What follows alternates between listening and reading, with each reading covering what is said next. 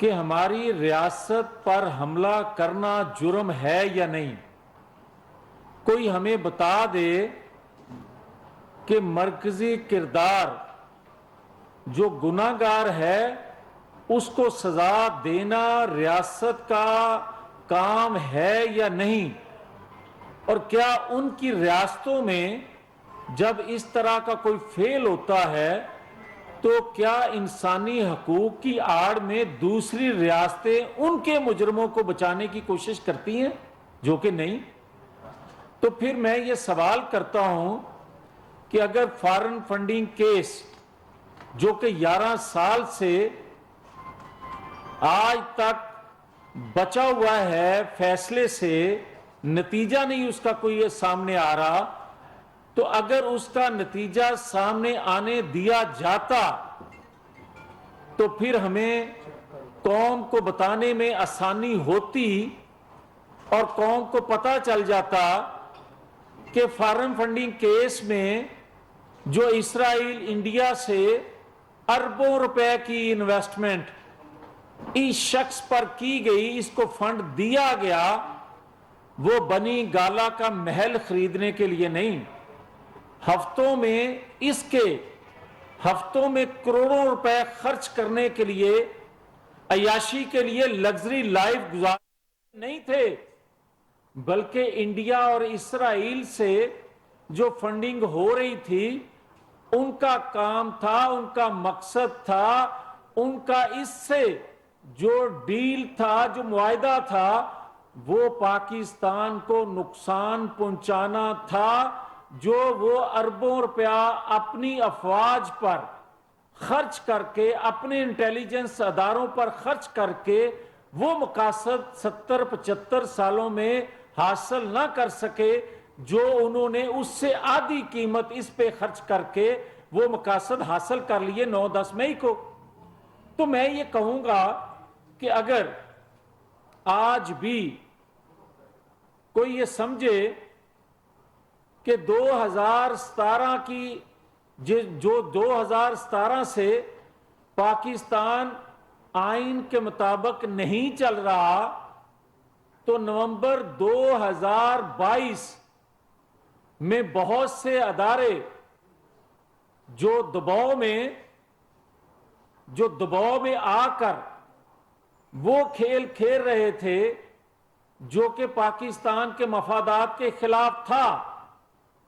مگر آج تو کچھ ادارے جان بوجھ کر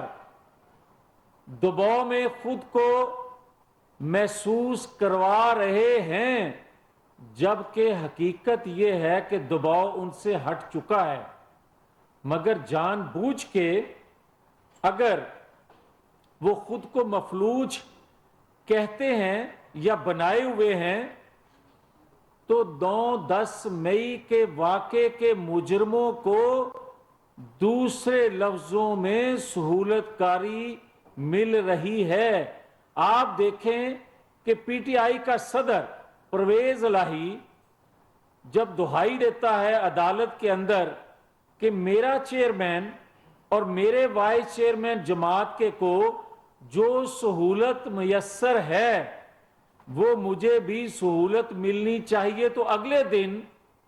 عدالت سے اس کو ضمانت مل جاتی ہے، اس کی دہائی سنی جاتی ہے، مگر 2 ماہ سے ریاست دہائی دے رہی ہے کہ میرے پہ حملہ کرنے والے ملزموں کو سزا ملنی چاہیے، وہ دہائی کسی نے نہیں سنی۔ اور 9 سال سے پاکستانی قوم دہائی دے رہی ہے کہ نواز شریف کے ساتھ ہونے والی ناانصافی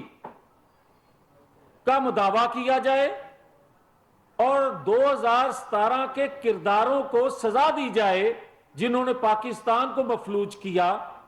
وہ دہائی تو آج تک کسی نے نہیں سنی۔ تو پھر بات تو سمجھ میں آتی ہے کہ آنے والے چیف جسٹس کے خلاف جو حکومت وقت نے اپیل واپس لی، اس کا فیصلہ نہ ہونا اور 2 سینئر موسٹ محترم جسٹس صاحبان کے خلاف توہین عدالت کی ایک درخواست ایک شخص کی جانب سے دی جانا سب سمجھ میں آتا ہے، مگر کیا یہ مناسب نہیں کہ آج بھی ہم دیکھیں کہ جوید ہاشمی، اس وقت کے جسٹس شوکت صدیقی، اس وقت جسٹس رانا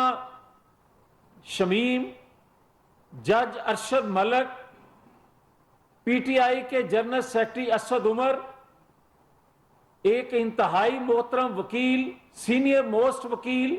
حامد خان صاحب، اور خود عمران خان نے یہ کہا کہ نواز شریف سے ناانصافی ہوئی، نواز شریف کے فیصلے سے پہلے فیصلہ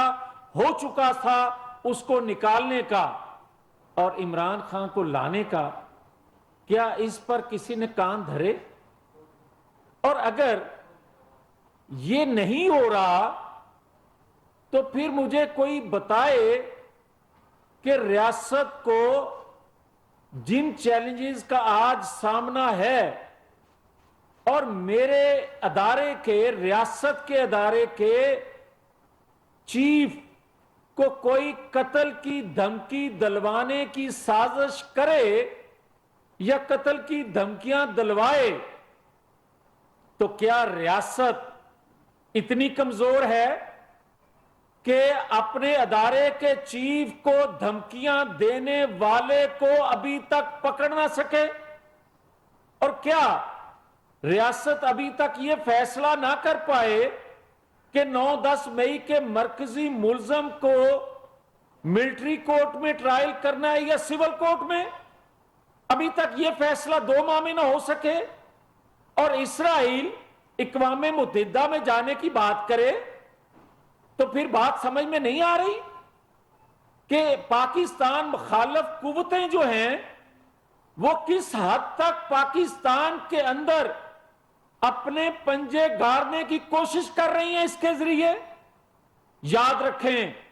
ریاست اتنی کمزور نہیں ہے، اور ریاستی اداروں کے سربراہان کے متعلق اگر کوئی اس طرح کا پراپیگنڈا،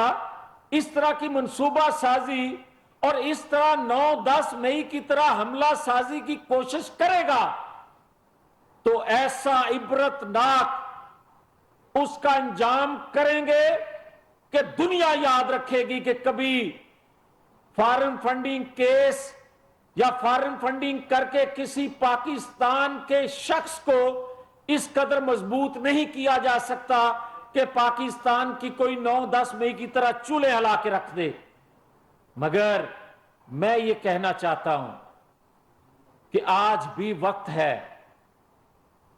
کہ پاکستان کے موجودہ حالات جو ہیں وہ تقاضا کر رہے ہیں کہ پاکستان میں فیئر، فری، آزادانہ، منصفانہ، ہر ایک کے لیے لیول پلینگ فیلڈ ملتے ہوئے انتخابات وقت مقررہ پر ہونے چاہیے اور ہو جانے چاہیے۔ مگر پی ٹی آئی کے نیازی گروپ جو کہ دہشت گردی میں پاکستان کے اندر اور اسرائیل انڈیا سے فنڈنگ لینے کے ثبوت جو موجود ہیں ان کے فیصلے آزادانہ ہونے دیے جائیں، ان میں رکاوٹ یا ان کو جو 9 سال سے التوا میں چیزیں پڑی ہیں ان کے فیصلے ہونے دینے چاہیے تاکہ قوم کو پتہ چل سکے۔ اور ایک بات جو کہی گئی کل وزیر اعلیٰ سندھ کی جانب سے کہ کسی جگہ کسی ایک نام پہ پرائم منسٹر، آنے والے پرائم منسٹر کے لیے کوئی فیصلہ نہیں ہوا، یہ بات درست ہے، مگر یہ بھی بات درست ہے کہ آنے والے جو حکومت ہے اس کے لیے کسی باری کا کوئی فیصلہ نہیں ہوا کہ اگلی باری کس کی۔ یہ فیصلہ صرف اور صرف عوام کر سکتے ہیں انتخابات میں۔ جو فیصلہ عوام کریں گے وہی منتخب وزیر اعظم ہوگا اور اسی کو ہونا چاہیے۔ تو میں جو عوام کی آنکھوں میں جو آج کی قوم کی مہنگائی، معاشی صورتحال، بے روزگاری کی وجہ سے پریشان حال عوام کی آنکھوں میں جو امید میں دیکھ رہا ہوں وہ 1997 اور 2013 سے زیادہ عوام نواز شریف سے امید باندھے ہوئے ہیں، اور اگر منصفانہ انتخابات، آزادانہ لیول پلینگ فیلڈ دی گئی قوم کو، تو نواز شریف کو 1997 2013 سے زیادہ 2/3 اکثریت سے لوگ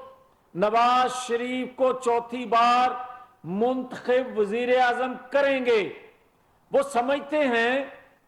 کہ نواز شریف پہلے تو صرف عوام کے دلوں کی دھڑکن تھا، عوام کی امیدوں کا مرکز تھا۔ آج جس حالت کو پاکستان پہنچ گیا 2017 کے بعد یا بار بار کے تجربوں کے بعد، تو اداروں میں بیٹھے لوگ بھی نواز شریف سے امید باندھ چکے ہیں۔ جو کبھی سابق ہونے والے لوگ یا کبھی یہ سوچ پائی جاتی تھی نواز شریف کی مقبولیت کے خلاف، وہ بھی آج ایک پیج پہ ہیں،